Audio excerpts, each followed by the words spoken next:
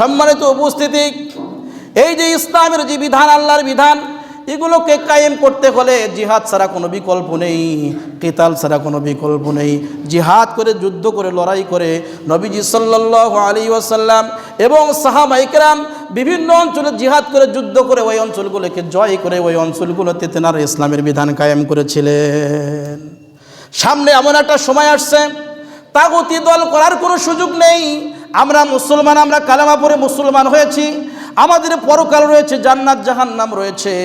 আমাদেরকে আল্লাহর দলভুক্ত হয়ে আমাদেরকে তাওহীদের উপরে প্রতিষ্ঠিত থেকে আমাদেরকে লড়াই করতে হবে। কারণ সামনে ইমাম মাহাদির যুগ আসছে, সামনে হিন্দুদের সঙ্গে মুসলমানদের যুদ্ধের সময় চলে আসতেছে। অন্য কোনো বাতিল ফিরকার মধ্যে থাকার কোনো সুযোগ নেই, অন্য কোনো তাগুতি দল করার কোনো সুযোগ নেই। যদি পরকালকে সুন্দর করতে চান, যদি পরকালকে যদি ভয় করেন, আখিরাতকে যদি ভয় করেন, জান্নাত যদি পেতে চান, জাহান্নাম থেকে যদি মুক্তি পেতে চান, অবশ্যই আপনাকে জিহাদের ময়দানে অবতীর্ণ হয়ে আল্লাহর জন্য জিহাদ করতে হবে।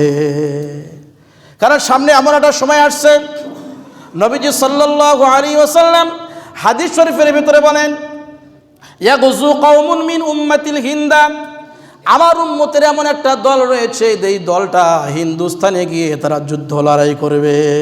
সুবহানাল্লাহ। মুসলমানের এই দলটা হিন্দুস্তানে গিয়ে যুদ্ধ করবে, লড়াই করবে, মুশরিকদের বিরুদ্ধে, হিন্দুদের বিরুদ্ধে যুদ্ধ করবে, জিহাদ করবে।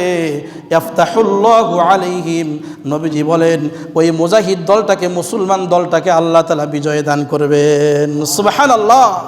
শুধু বিজয় না, হাত্তা ইয়াতু বিমুলুকিল হিন্দি, ওই মুসলিম মুজাহিদরা হিন্দুস্তানের বড় বড় রাজাদেরকে মাগলুলিনা ফিস সালাসিলি, বড় বড় শিকল দিয়ে বেঁধে বেঁধে তাদেরকে টেনে টেনে কোথায় নিয়ে যাবে? ফায়ান শরীফুনা ইলা শাম, তাদেরকে টেনে টেনে শামের দিকে নিয়ে যাবে, জেরুজালেমে নিয়ে যাবে।